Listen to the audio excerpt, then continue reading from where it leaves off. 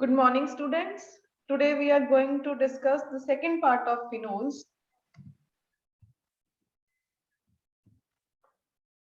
Yesterday we had discussed what are phenols, their sources, physical properties, classification, nomenclature, shape, and methods of preparation of phenols.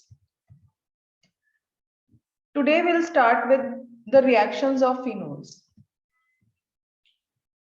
Phenols undergo a variety of reactions, for example, formation of salt, ether, ester, nitration, halogenation, sulfonation, Kolbe's reaction, Clason's rearrangement, Fry's rearrangement, Reimer-Tiemann reaction, reaction with ferric chloride, oxidation, reaction with benzene diazonium chloride with formaldehyde and phthalic anhydride.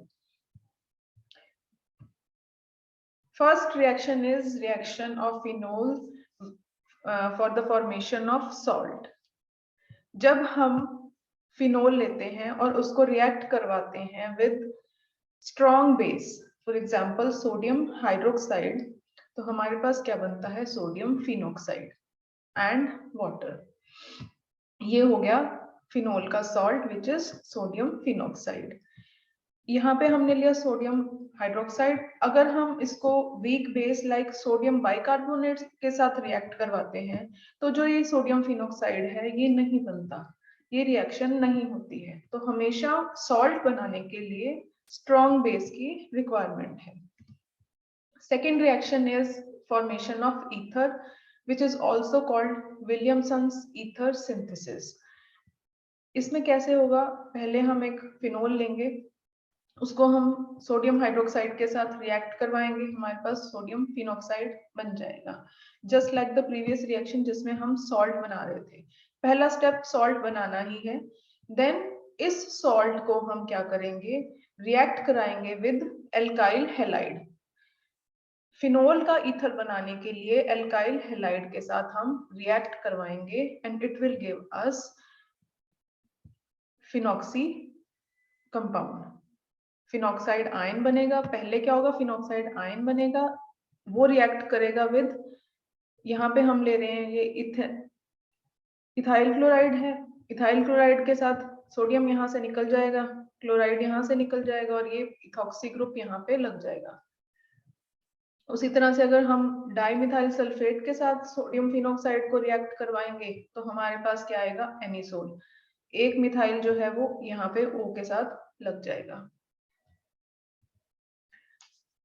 Second reaction is formation of ester. Ester कैसे बनता है? पहले हम phenol लेंगे, sodium bicarbonate में से पास करेंगे, हमारे पास सोडियम फिनॉक्साइड आएगा. इसमें भी फिनॉक्साइड बनाना है. देन ये जो फिनॉक्साइड बनेगा सोडियम फिनॉक्साइड, इसको हम रिएक्ट करवाएंगे विद एसाइल हैलाइड. इस केस में ये है हमारे पास एसिटाइल क्लोराइड है. कोई भी और डेरिवेटिव आप एसाइल हैलाइड ले सकते हैं और उसको जब रिएक्ट कराएंगे यहाँ पे ये क्लोरीन और सोडियम निकल जाएंगे और ये पूरा का पूरा ग्रुप यहाँ पे लग जाएगा.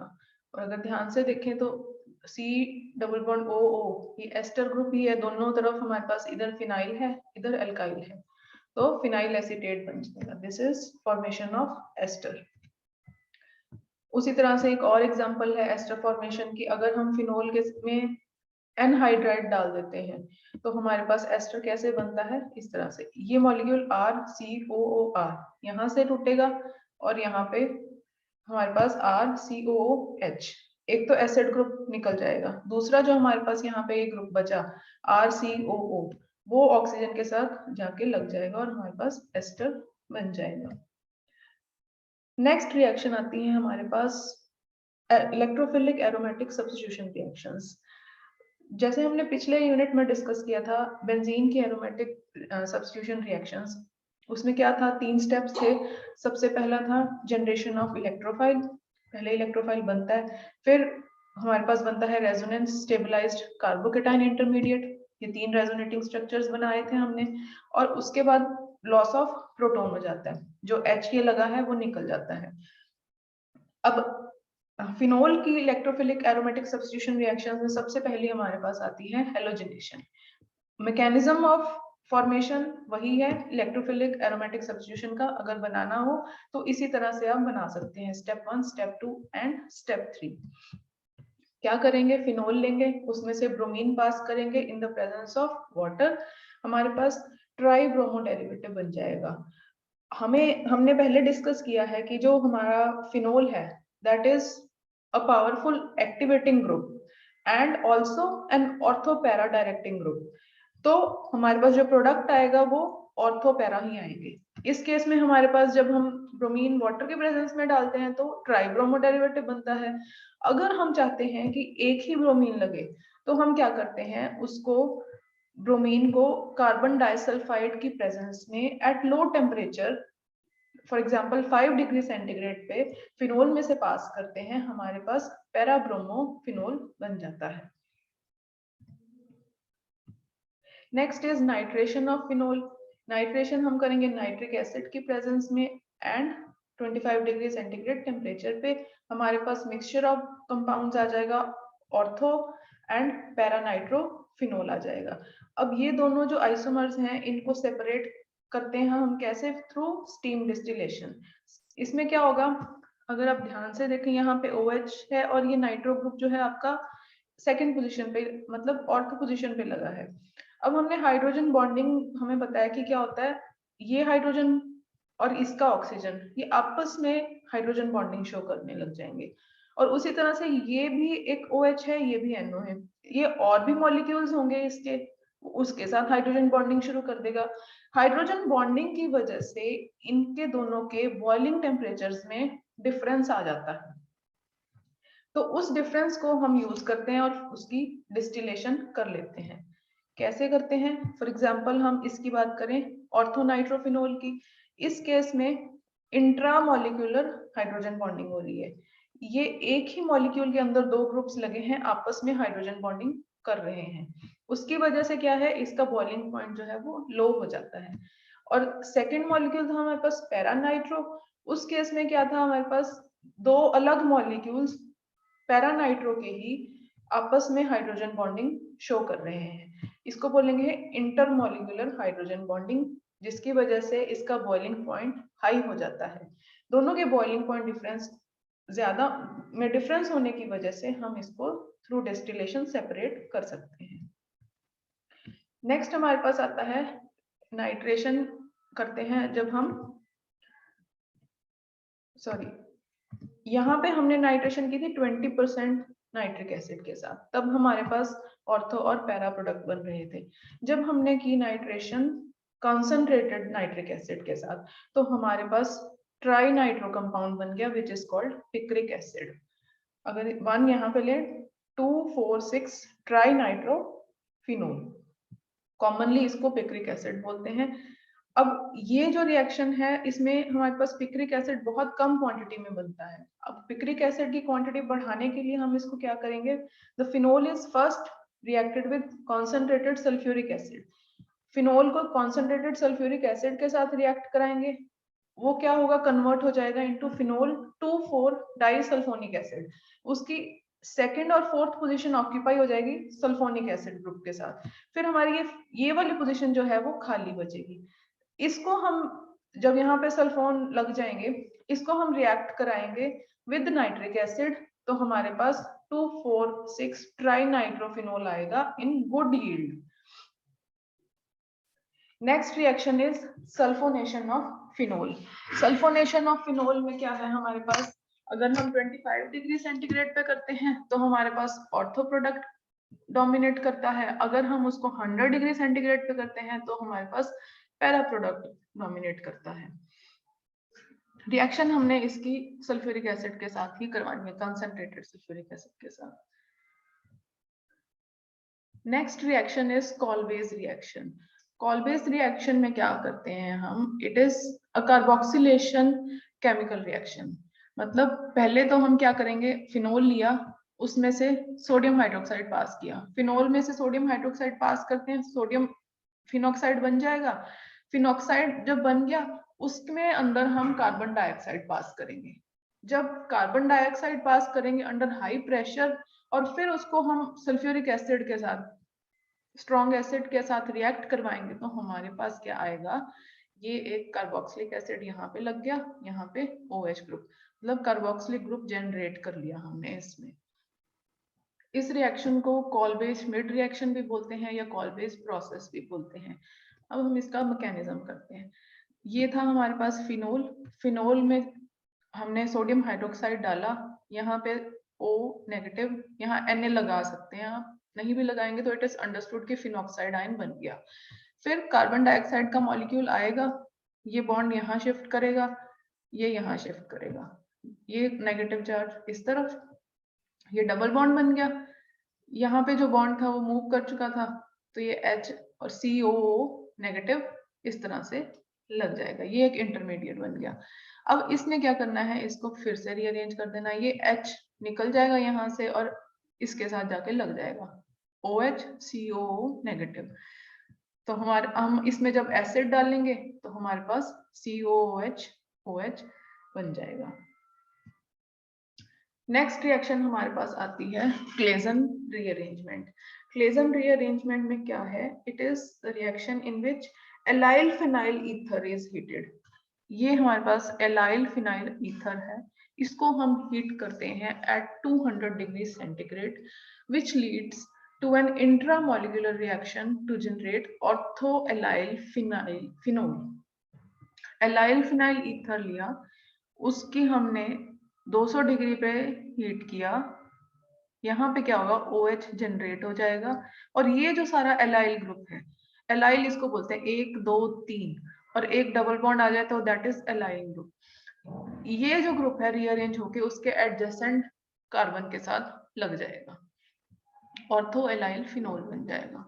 इसका मैकेनिज्म कैसे है, ये हमारे पास एलाइल ग्रुप है, ये अपने आप को रीअरेंज करेगा, जो इसके पास लोन पेयर है इधर जाएंगे, सॉरी पाई इलेक्ट्रॉन इधर जाएंगे, ये इस तरह से साइक्लाइज कर जाएगा, सॉरी चार्ज मूव कर जाएगा, देन ये बॉन्ड टूटेगा, ये बॉन्ड बन जाएगा, ये बॉन्ड बनने से इस तरह से आया, ये हमारे पास कीटो है, ये टॉटोमराइज कर जाएगा इनटू इनोल, मतलब फिनोल में कन्वर्ट हो जाएगा, और ये हमारे पास आ जाएगा ortho allyl phenol.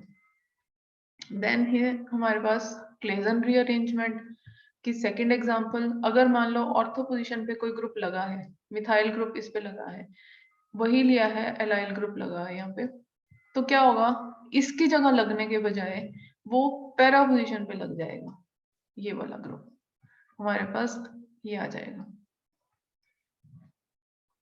Next is fries rearrangement.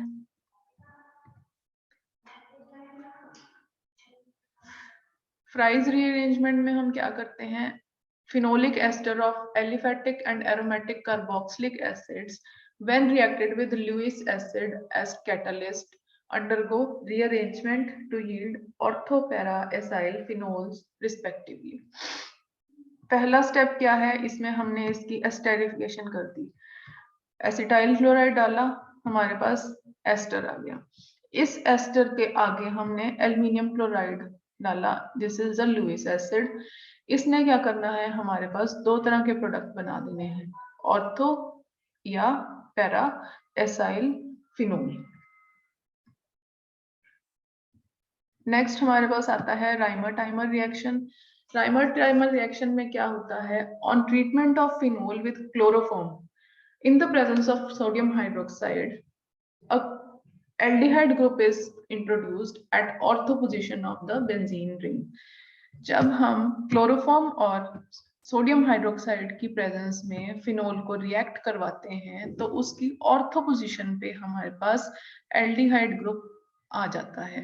कैसे आता है, पहले यहाँ पे एक इंटरमीडिएट बनेगा, ये है हमारे पास सब्स्टिट्यूटेड बेंजल क्लोराइड, यहाँ पे सोडियम हाइड्रोक्साइड डाला, OH था, यहाँ पे सोडियम फिनॉक्साइड बन गया, और जो ये CHCl2 था, ये यहाँ पे एक हाइड्रोजन निकल के हमारे पास CHCl2 लग गया। उसमें से फर्दर हमने सोडियम हाइड्रोक्साइड पास किया, तो ये ग्रुप जो है वो इसकी ऑक्सीडेशन होके ये हमारे पास एल्डिहाइड बन गया। एल्डिहाइड बनने से ये जो सोडियम था इसको निकालेंगे, एसिड की प्रेजेंस में हमारे पास यहाँ पे एल्डिहाइड ग्रुप जनरेट हो जाएगा, इसको आप बोल देते हो सैलिसिल एल्डिहाइड। अब इसका आता है मैकेनिज्म, कैसे बनता है। दिस इज फिनोल, पहले फिनोक्साइड आयन बनाया, क्लोरोफॉर्म का एक मॉलिक्यूल आया, वो यहाँ पे जुड़ गया, यहाँ पे जो Cl2 जुड़ गया, यहाँ पे जो एक हाइड्रोजन था ये यहाँ से निकला, इसके साथ लग गया, हमारे पास यहाँ नेगेटिव चार्ज आ गया, ये बॉन्ड यहाँ शिफ्ट किया, ये बॉन्ड यहाँ शिफ्ट किया, आपके पास यहाँ डबल बॉन्ड आ गया, फिर से ये रीअरेंजमेंट होगा, यहाँ पे बॉन्ड आएगा, यहाँ पे O नेगेटिव आ जाएगा। हमने क्या करना है, अब इसमें से H पॉजिटिव निकालना है in the presence of water, यहाँ पे OH लग जाएगा और हमारे पास O नेगेटिव जो ये बॉन्ड मूव करने से आया, H2O का OH यहाँ पे जुड़ जाएगा और H नेगेटिव निकल जाएगा। उसके बाद क्या होगा, ये क्लोरीन जो है निकलेगा और हमारे पास ये आ जाएगा alcoholic compound.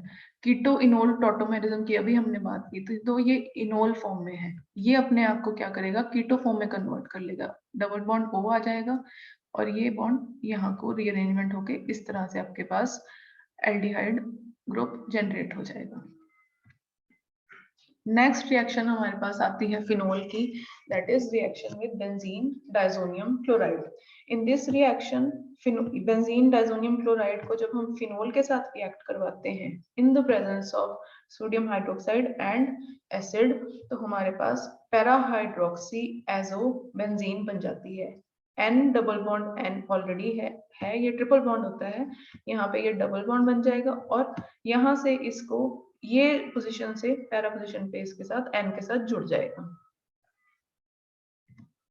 Next reaction of phenol is the reaction with phthalic anhydride. दो मॉलिक्यूल फिनोल के एक मॉलिक्यूल थैलिक एनहाइड्राइड के साथ जब जुड़ते हैं, यहाँ से वाटर निकलेगा और आपके पास in the presence of sulphuric acid phenolphthalein indicator आ जाएगा। Next is the reaction with formaldehyde. On treatment with formaldehyde, phenols क्या देते हैं हमारे पास, ortho and para hydroxy benzyl alcohol.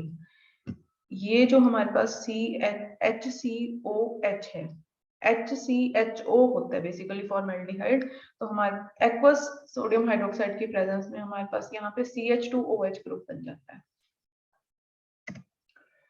अगर यही फॉर्मेल्डिहाइड हमारे पास बहुत एक्सेस में हो जाए या एट हाई टेम्परेचर अगर हम इसको रिएक्ट करवाएं, तो ये पॉलीमराइज करके एक थर्मोसेटिंग प्लास्टिक बना देता है जिसको बोलते हैं बेकलाइट।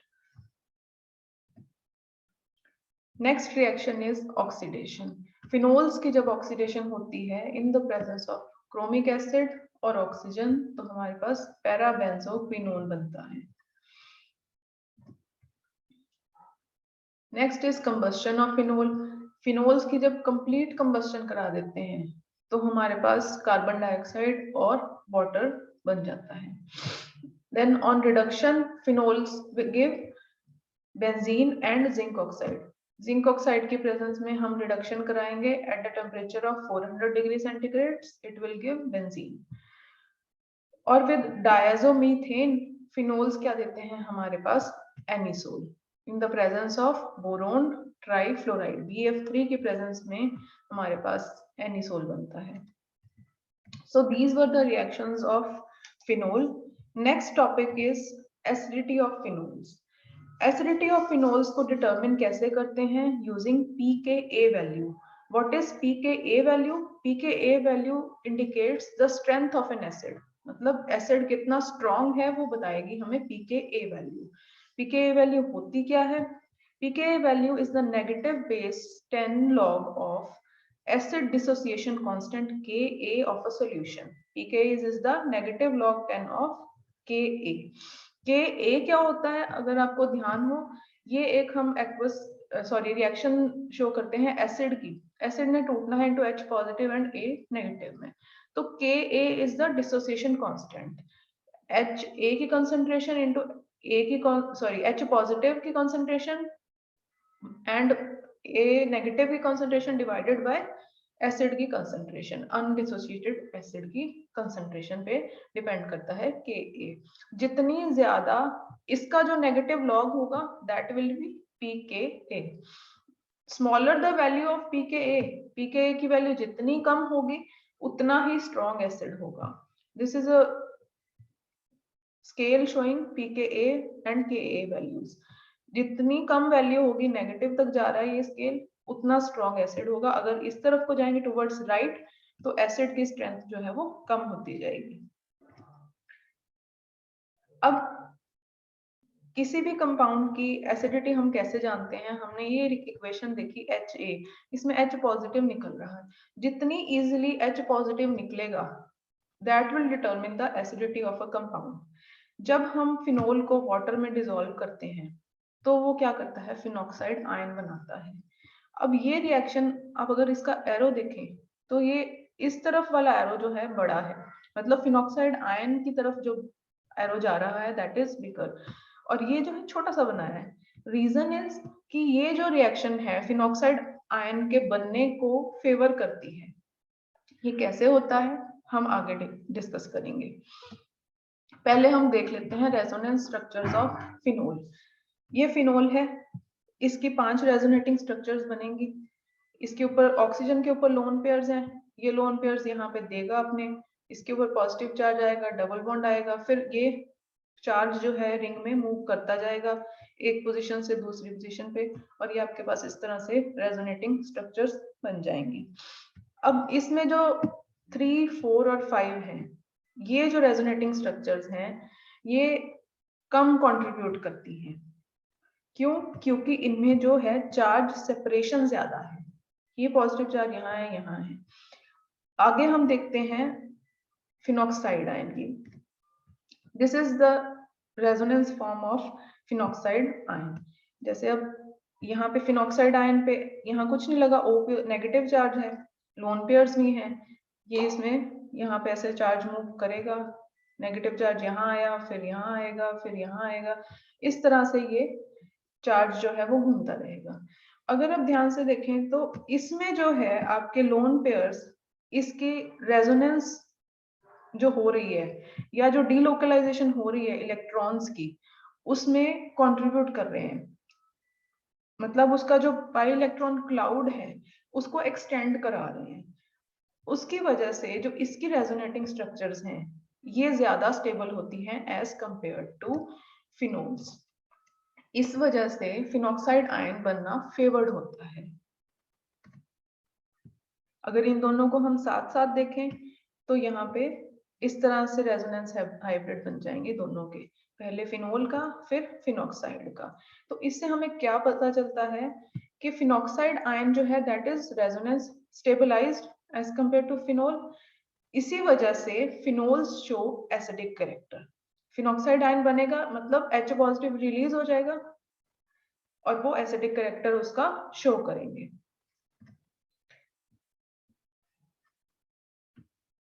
सेम चीज है, since phenoxide ion is more stable than phenol the equilibrium will shift to the right releasing H positive ions, therefore phenols behave as acids.